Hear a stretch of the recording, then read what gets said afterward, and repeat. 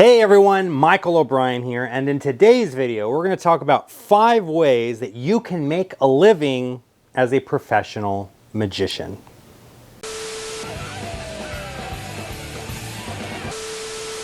Hello everyone, and welcome back to another episode of Advice for Magicians, where my job is to make you the best possible entertainers that you can be. Now in today's video I wanted to discuss different ways that you can make money as a magician. I've done a video like this in the past, but it's a little old and a little outdated, so I thought, you know what, it's 2023, let's go ahead and update things a bit, because a lot of things in the world have kind of changed.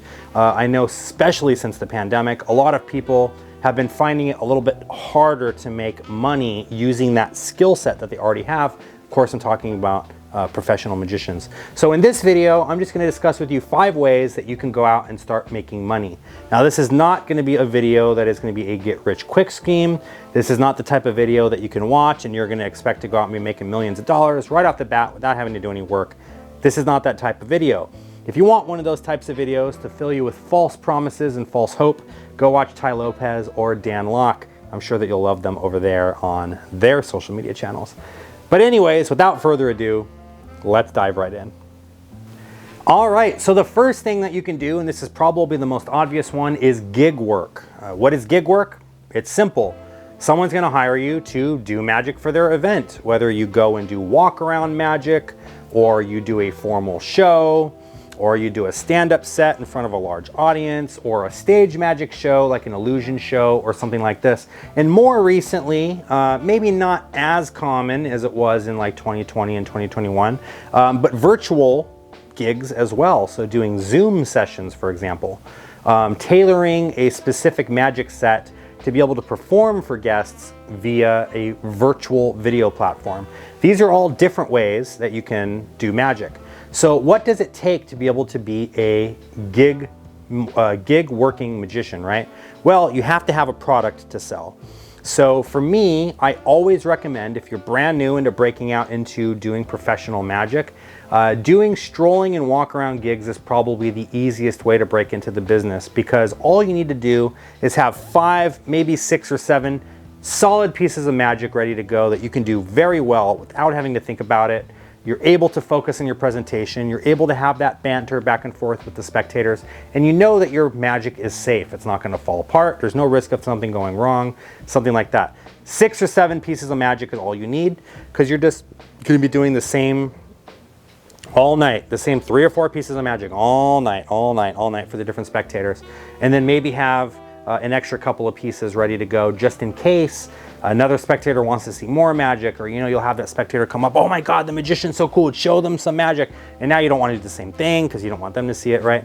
So if you have like 6, I'm just gonna say 6 solid pieces of close-up magic ready to go, it's gonna be really, really good for you guys to be able to do that. Stay tuned, because I'm gonna be doing a video very soon about how to put a strolling act together, so that you know that you have some solid magic, sort of a checklist that you can go to put different pieces of magic together. That's going to make it very easy for you. But that's the easiest way to break out into the world of gig magic, is to have a strolling magic act. And this is very, very simple. You'll have a spectator, or a client will book you, they'll tell you exactly what they're looking for, and then you'll show up to their event, you'll do their event, and then you'll get paid. It's like the most common way that magicians can earn their living performing magic. All right, the next one is busking / working for tips. So what is busking? Busking, essentially in a nutshell, is when a performer sets up their show, they gather a crowd, they perform for that crowd, and then they rely on the kindness of the crowd's hearts to fill their bucket or their hat with money, because you're not paid to be there. You're paid literally by the spectators donating to you as their way of saying thank you. We call these tips, of course, right?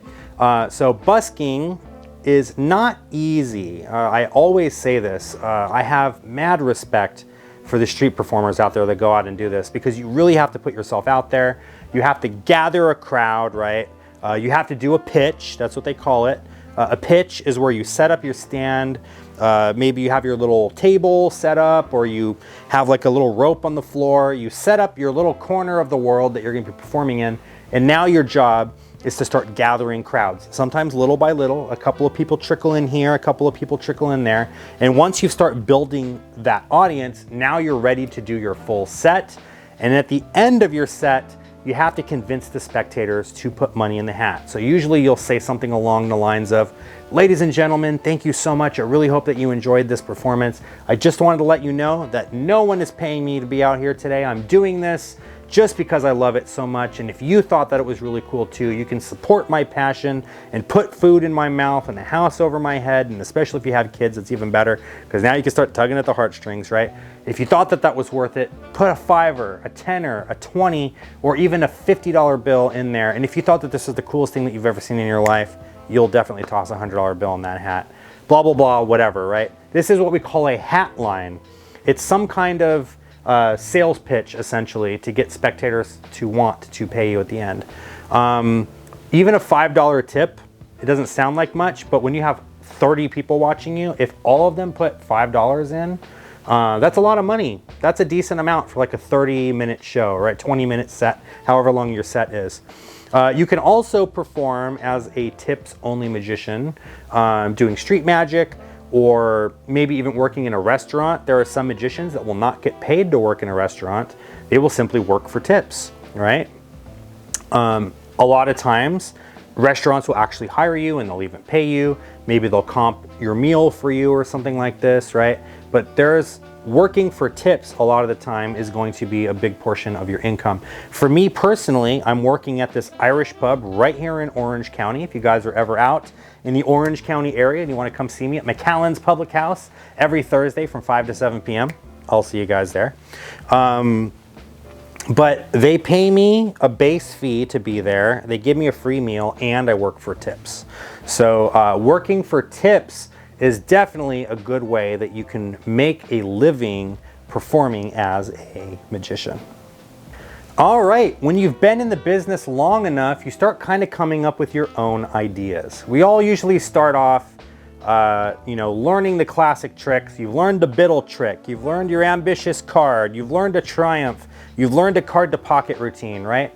And over the years of performing this, you start taking these ideas and adding your own little twists and turns into it. And then the next thing you know, this idea is born in your mind. Hey, what if I did this instead and did this? And this thing that you originally learned has now become something completely different.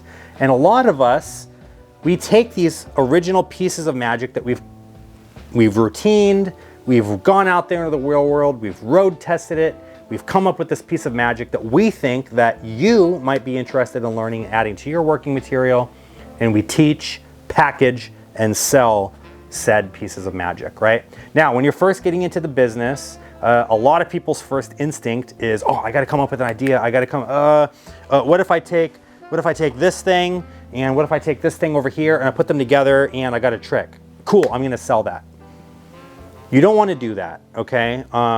You want to make sure that the idea that you're going to release out into the market has been road tested. It's your tried and true material. You know it's not going to fail. You know it's going to be received well, right? You don't want to put together a piece of crap just for a quick money grab, right? There's a lot of those on the market these days where people will slap together something.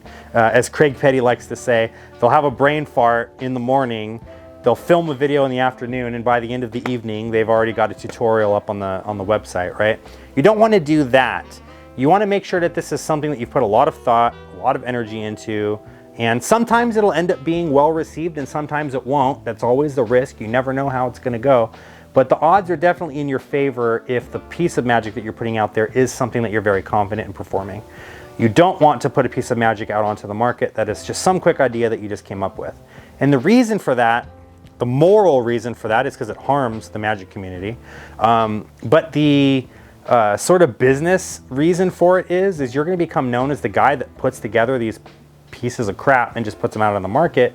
And yeah, you might con a couple of people that don't know any better into buying your trick, but for longevity's sake, you definitely want to put a piece of magic out on the market that you know is going to do well. You want to have a good reputation. You want those repeat customers. Like for me personally, if I were to look right now at all of the sales that I've made, I'm going to see the same names coming up multiple times. I just sold a chop cup to someone the other day, and I'm like, oh, this person bought a chop cup for me. That is so cool. I know who this person is because they bought Pokemon Tea, It's Personal, and Sus over the span of the last few months, right? So, and why do these people buy things from me? Because they trust me. They know that I'm going to put out good pieces of magic that they're going to enjoy. So how do you sell this magic now? There's a couple different ways that you can do this. The first way is you could self-publish. You can post these things on your website. Maybe it's a PDF or a video tutorial, and you can just sell them on your website. Or you can make like a Gumroad account or something like this. Or you can go through one of the major magic retailers like Vanishing Ink, Penguin Magic, Murphy's Magic, right? These companies have platforms available that will allow you to partner with them and release your own products. For example, I'm on the Theory 11 Marketplace and the Penguin Magic Partnering Program. I have products that I've self-published. I did them myself. I wrote them up. I shot the videos. I made the tutorials and all of that, and you can upload them to their websites, and you could start making money off of it because people will go on their website, they'll see your product, and then they'll download it, right? So these are ways that you can start earning some money. Now, it's not as easy as it sounds. You're not just gonna shoot a video, pop it up on there, sit back, and let the cash roll in. It doesn't quite work that way. You are gonna have to do some promotion. You're gonna have to constantly be reaching out to people and talking to them about your product. You're gonna wanna be going on podcasts and doing interviews and all of this stuff, right? You're gonna wanna be sending product out to different YouTubers who have review channels and having them review your product and all of this stuff. There's a lot of work that goes into creating and selling magic. But boy, can I tell you, it sure the heck is a lot of fun. All right, speaking of being in the magic business for a while, like I said, when you start, you've done this for so long, you start coming up with your own ideas. When you've really been in this for a long time and you've really got the hours under your belt, you've got the mileage, as they say, it's time for you to start sharing your knowledge with others. Maybe you go out and do lectures, or you take on students, right? Like I'm doing right now. I have my mob squad, my mob membership. So if you're an underboss or a boss, I'm mentoring people one-on-one. Or if you're a lieutenant, you're joined in our monthly family meetings, which is sort of like a group lecture situation, right? I also have students in person. One of my students recently auditioned for the Magic Castle and became a junior member at the Magic Castle. Super proud of him. You've probably seen him in some of my videos. The 14-year-old lad that wears the newsboy cap just like me now. He's my mini me.